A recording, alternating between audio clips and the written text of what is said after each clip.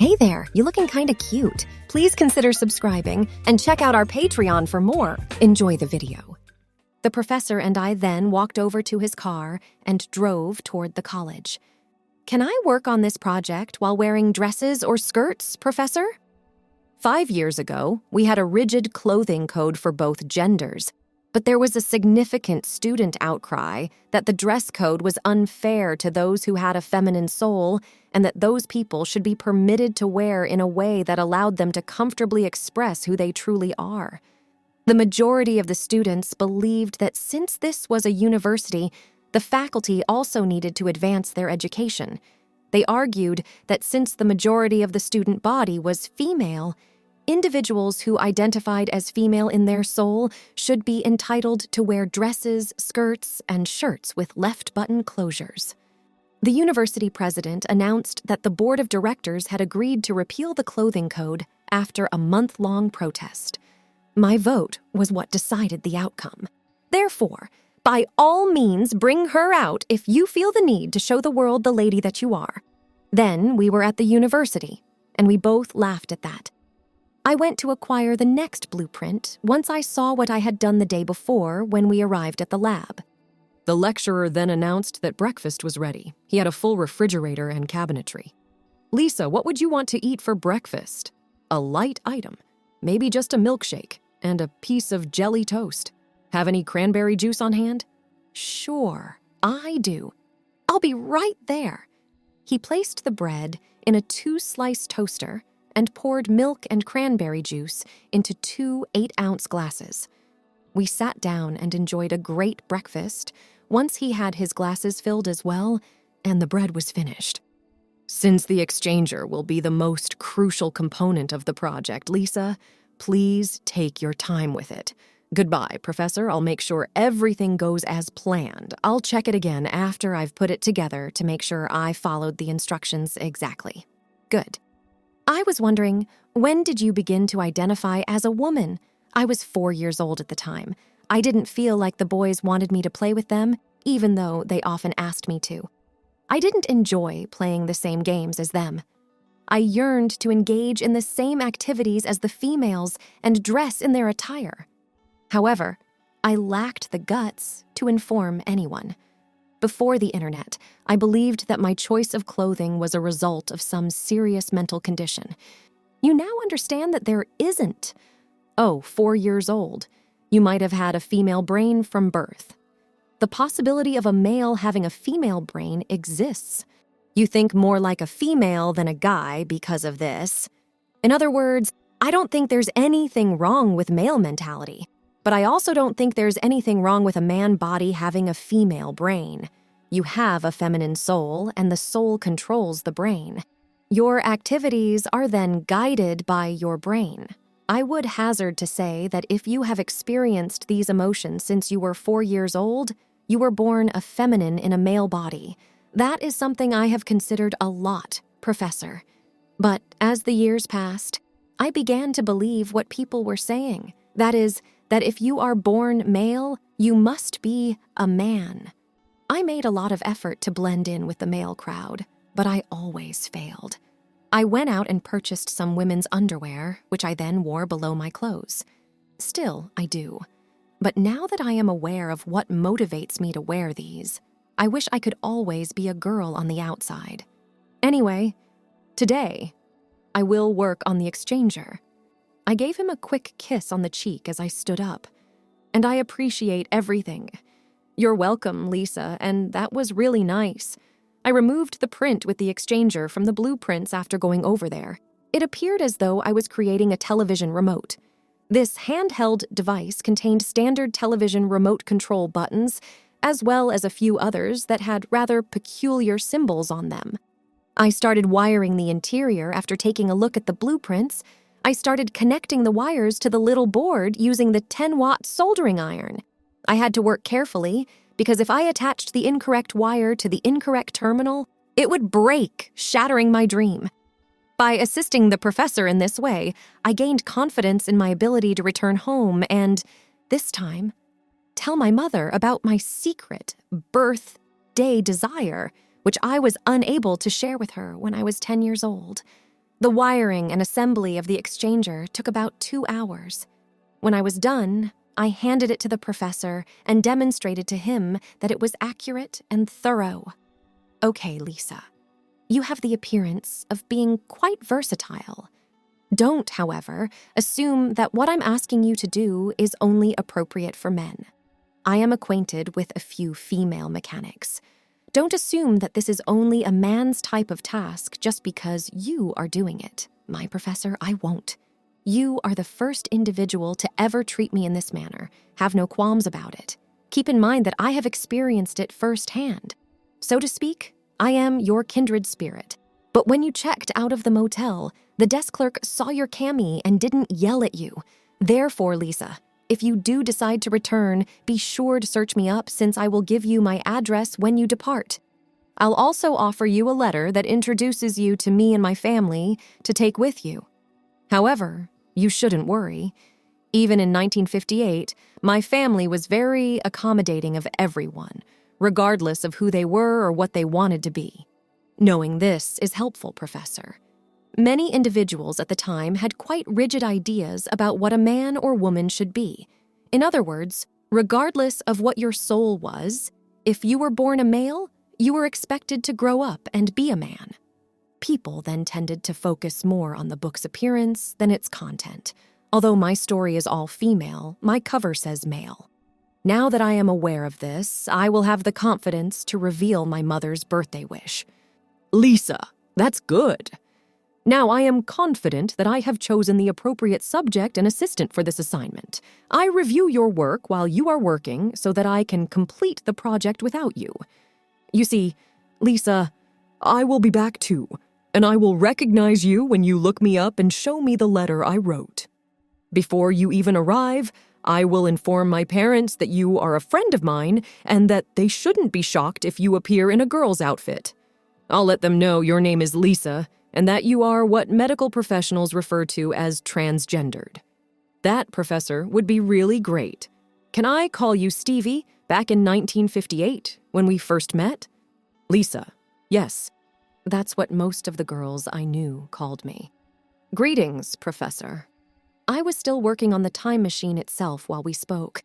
The super turbine engine would be the most challenging because it needed to be installed and wired correctly.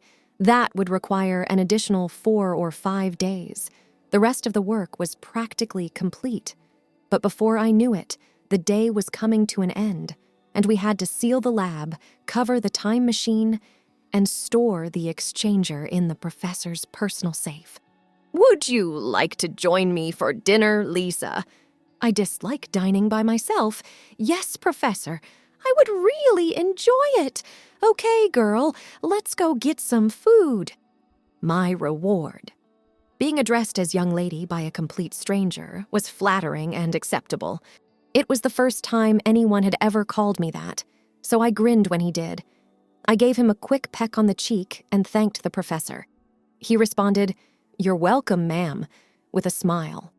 The professor instructed me to go up to my room and change from David to Lisa once we left the campus. I reflected. I am being accepted by this man, who really doesn't know me all that well, other than what I told him. I gave him the go-ahead while grinning. I got out of the car as we parked in front of the motel. Lisa will return immediately, Professor. Unless you also want to come up. Lisa, I won't, but I will wait in the lobby. Professor, I'll be back in a moment. I went to my room, which was upstairs, and pulled out my burgundy clothes, my burgundy dress, my burgundy pumps, a pair of stay-up nylons. I walked inside and started the shower. I saw that I was still quite well-shaved when I looked in the mirror. My legs and underarms seemed suitable for wearing a dress when I examined them. Once I had my vanilla body wash, I entered the shower. I gave myself a thorough self-wash before turning the shower off after thoroughly cleaning my body. I entered my room after wrapping a towel around myself in the feminine manner. I covered myself in vanilla body lotion and dusted myself with vanilla body powder. I then put on my bra and pant pair before placing the slip over my head to allow it to go down easily. I then put on my makeup while sitting at my table and using a makeup mirror. After applying a light foundation and blending it in, I applied a small dusting of powder, then applied eyeliner and eyeshadow. I picked up my dress and stepped into it after applying my mascara. I zipped it up, grabbed my burgundy coat, checked my bag to make sure everything was inside, and then I headed downstairs to meet the professor. I approached the professor as soon as I exited the elevator, introducing myself in my most feminine voice. I'm Lisa Connors, and hello, Professor Marks. It's a joy to meet you as well. Oh no, sweet woman, it's a real joy to meet you. The professor and I walked out to dine together while I held his arm. Professor, where are we going? My girlfriend. You will be surprised. And I'll warn you now that I'm going to make it my goal to get you as my girlfriend from the day we first met in 1958. Why, Professor Marks, are you attempting to tease me? Not attempting, my lovely woman. I guess it's all right, but you need to make sure I'm treated like the lady that I am. I need to share with you certain things I don't support or think unmarried people shouldn't do to one another when we eat supper. Lisa, I entirely comprehend. But I will say right now that I have only the highest of intentions. We took a 20-minute drive to get to the motel. I recognized Selby's as the food for the serious eater when I first saw the restaurant from the outside. The car was parked beside the professor. The professor extended his hand while getting out to open my door for me. When I put my hand in his, he gently raised me from the seat. Once more, I placed my arm around his, and then we entered the restaurant. Since neither of us smoked, we said non-smoking when the waiter inquired if we preferred smoking or non-smoking. The waiter directed us to a table by the front window. My chair was pulled out for me by the waiter, who then slid it under me as I sat down. I answered with a sincere smile. Thank you. He gave us our menus and nodded, saying the waiter would arrive soon. Which beverage would you want, Lisa? Nothing heavy. Nevertheless, no alcohol. Like Lisa, I don't drink alcohol. A huge grape juice would be nice. That's fantastic. We told the waiter what drinks we wanted when he arrived, and he proceeded to get them. Lisa, would you allow me to place an order for the two of us since you eat so little?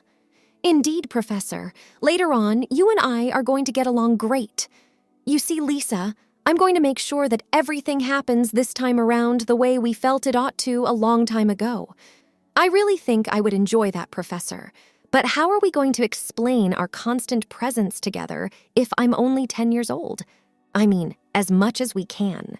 Only the fact that we are pals. Many friendships begin as just that. Friendships between a boy and a girl. There are husbands and wife who attended school together beginning in kindergarten or the first grade and continuing through the 8th grade. I'll let you know. Just tell your mom at the last minute that you had a friend over for your birthday celebration and give me the address where you lived when you were 10. On one of the paper napkins, he handed him the address. That would also work extremely well, Professor. I agree. Since I will then be confident enough to inform my mother about my hidden birthday wish. Along with that, I also want to be present for your very special day. Additionally, I want to be with you so that your mother won't yell at you or attempt to convince you that you can't be a female since you are a boy. I understand, Professor. I know that with you there, I will have the confidence to tell my mother that although I don't want to be a female, I must be one. Well done, Lisa. I'll tell you right now that you'll be all right. Since it's Sunday today, I'll begin wiring the super turbine engine tomorrow. Professor, I also discovered that you need to feed the engine with a unique fuel in order for it to turn over. Is this a must-have condition? Yes, Lisa, it is. The project would be little more than a beautiful shower stall without that fuel. We both laughed because I realized he was being humorous. The professor was quite charming and funny, and I appreciated that about him. I was drawn to him because of the way he spoke and the way he accepted me for the person I am. He was really kind, both when he spoke and when he worked. He wasn't at all stuffy like some of the college lecturers I had. Meeting a man like him was incredibly energizing. Professor, are you sure you're not falling for me? Lisa, I am. I am. Why, you smooth talker? You giggle. Should I say that I fell in love with a very beautiful woman whose name is Lisa Connors, and she is seated right here at this table with me. When the server arrived to take our order, the professor took my hand and just got friendlier. He placed a ring on my finger and asked, "Lisa Connors, will you be my wife?" "I'll marry you, Professor, I promise." The waitress then demanded everyone's focus. I have the honor of introducing Professor Stephen Marks and the future Mrs. Lisa Marks to you, ladies and gentlemen. Everyone applauded, and a few of the women came over to congratulate me. Some of the men then approached the professor and shook his hand. Some even gave him a knowing pat on the back. The young waiter had excellent brown hair and deep blue eyes. He was in his early to mid-20s. The manager then informed him that today was definitely a special occasion, and that our supper was on the house. He then walked into the kitchen and returned. Weekends at this restaurant included a live band that performed the 1957 song "Will You Be Mine" by the Penguins. After he held the chair for me to get up and extended his hand, I danced when he got up and invited me to. Of course, we both recalled hearing this song when we were younger. We would be given a second chance to undo whatever I lacked the fortitude to bring about if we had any say in the matter. He gave me a kiss that felt like it would linger forever after the song was finished. Following the customer's appreciation, we returned to our seats. He pushed the chair under me while holding it for me. The professor, my newfound sweetheart, is proof that chivalry is not dead. I've wanted a man like the professor, Stevie, ever since I was old enough to understand what dating was all about.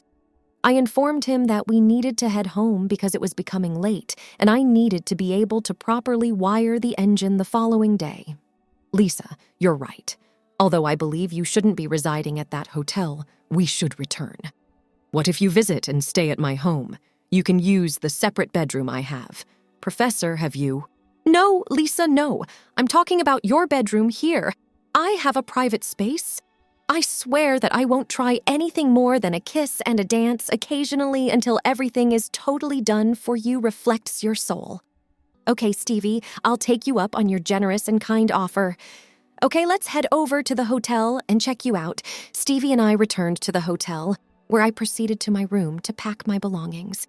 He was shocked to see the lodging I was using and was perplexed as to how I could call this place home. "Lisa, you shouldn't be living in a place like this as a young woman. You ought to reside in a palace." "Oh, Stevie, I bet you tell every female that, don't you?" "Not at all, only to you." Because he was so endearing, I gave him a big hug. "You must be my Prince Charming if I were to live in a palace then." Cinderella, the potential Mrs. Charming, is true. Although I'm sure you should, I don't believe you should reside in a palace. "Why, Stevie, I didn't know you cared. More than you can ever imagine, my lovely lady." I finished packing after giving him another hug. I checked out at the front desk after he carried my stuff there. "Lisa, are you moving out?" "Yes, I must leave. But I might return once more. Everything was in order here." "Many thanks, Lisa. Everything seems to be in order, too. You are owed $87 from us." "Save it to express my gratitude for everything. I really do mean all of it. We can't just keep it, Lisa. To acknowledge receipt, you must sign for it. Give me the cash now, and please allow me to sign the receipt." I received the receipt from her and returned the cash to her. "Why, thank you, Lisa. It's my engagement day, and you keep this as a gift from me. I'll let the other 2 front desk employees know about this. Around here, we'll miss having you around. Rarely do we have someone come in who can be themselves and find themselves. And congrats from everyone in this room. I'm grateful." I placed the laundry chute with my male clothing inside. Since they don't contain any names, you can donate them to a thrift shop or give them to someone in need. Whatever choice you make. I won't ever require them once more. "Lisa, best of luck to you." She turned back and gave me a bear embrace as she approached the front of the desk. Keep the girls in this room in mind when you throw the bouquet. Okay. Take care of yourself too, and let the others know how much I appreciated having you here. I will. Once more, Lisa. On it. You may rely. Then Stevie took my luggage, and we headed outside to his car. We continued driving for about 30 minutes till we arrived at a 3-story natural brick house. Mr. and Mrs. Stephen Marks were listed in the mailbox. Stevie, Mr. and Mrs. are in your mailbox. Why? For us, please. Before the other day, the mailbox was empty. I added that shortly after we first met. Oh, Stevie, you are simply amazing. I thus gave him another kiss and an embrace as he came to a stop. For the first time in my life, I felt content, and if this endeavor was successful, I would be even happier. We walked to my room because it was late, and there Stevie helped me unpack and I put everything away. I then retrieved my lavender pajama set and told Stevie he had to leave while I changed. Yes, anything you say, sweetie. A really kind lady deserves a good night's sleep and very sweet dreams. I changed into my pajamas and climbed into bed. I practically fell asleep right away. However, morning always arrives swiftly. I stood up and stretched, and for a little period I felt a little lost before I realized where I was and how I got here. I believed I had a pretty detailed dream regarding what happened the day before. I noticed that my room had a shower as well, so I grabbed my vanilla body wash and gave myself a thorough wash.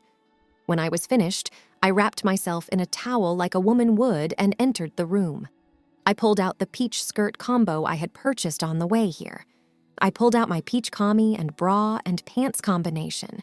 Yes, I prefer to wear matching colors. I took a seat at the dressing table. What? A vanity table. Has he acquired this for me? Oh well, I used it since it was here. Thanks for watching. Check out Patreon if you want to have early access to the other parts. If not, it will be online in a couple of days.